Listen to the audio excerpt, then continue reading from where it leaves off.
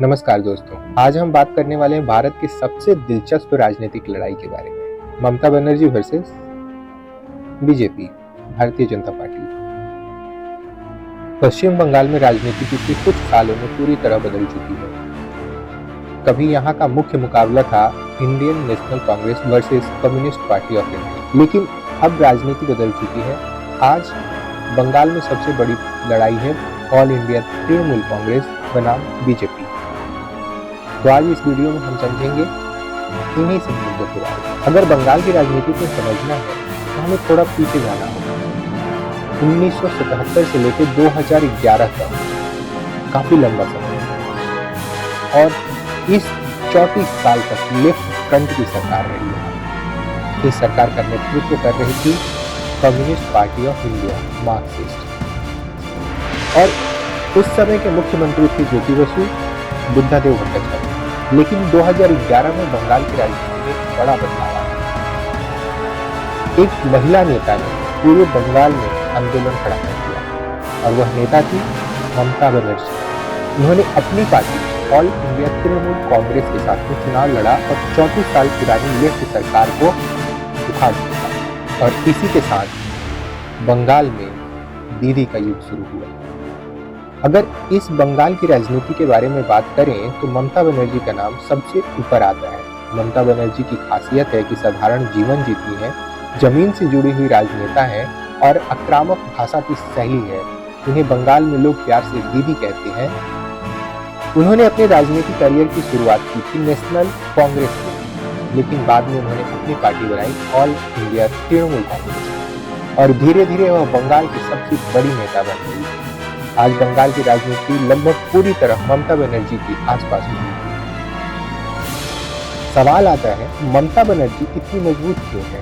इसके पीछे कई कारण हैं, जैसे उनकी सरकार द्वारा चलाई गई योजनाएं, कन्याश्री प्रकल्प, लक्ष्मी भंडार, स्वास्थ्य साथी। इन योजनाओं का सीधा फायदा गरीब और महिलाओं को मिलता है और यही कारण है कि महिलाओं का सबसे बड़ा वोट बैंक टीएमसी के साथ है। ऑल इंडिया तृणमूल कांग्रेस गांव-गांव तक जुड़ा हुआ एक मजबूत नेटवर्क है। पंचायत स्तर तक इस पार्टी का सक्रियता है।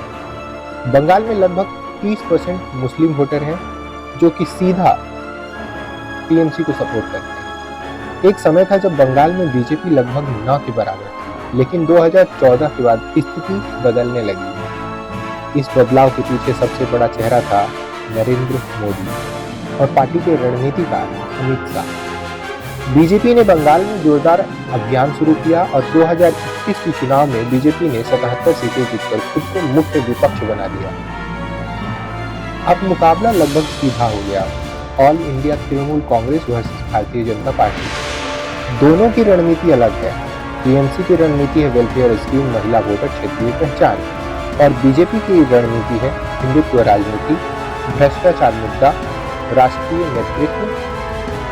बीजेपी लगातार टीएमसी पर भ्रष्टाचार के आरोप लगाती है, जबकि टीएमसी बीजेपी पर बंगाल की संस्कृति पर हमला करने का आरोप लगाती है। माइनस पॉइंट यहाँ पे ये है कि उनके नेताओं पर भ्रष्टाचार के आरोप हैं और बहुत सारे नेताओं पे एलिगेशन लगे हुए हैं, जो कि एक माइनस पॉइंट होता है। फिर भी टीएमसी के पास मजबूत संगठन है, लोकप्रिय नेता है, लोकल लोकप्रिय नेता है,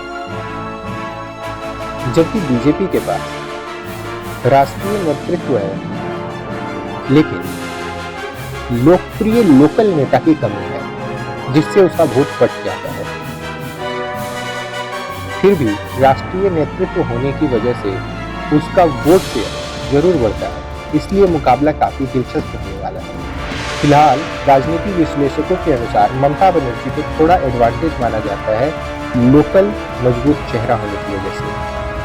तो दोस्तों, बंगाल की राजनीति आज एक नई लड़ाई बन चुकी है। एक तरफ है ममता बनर्जी और दूसरी तरफ भारतीय जनता पार्टी।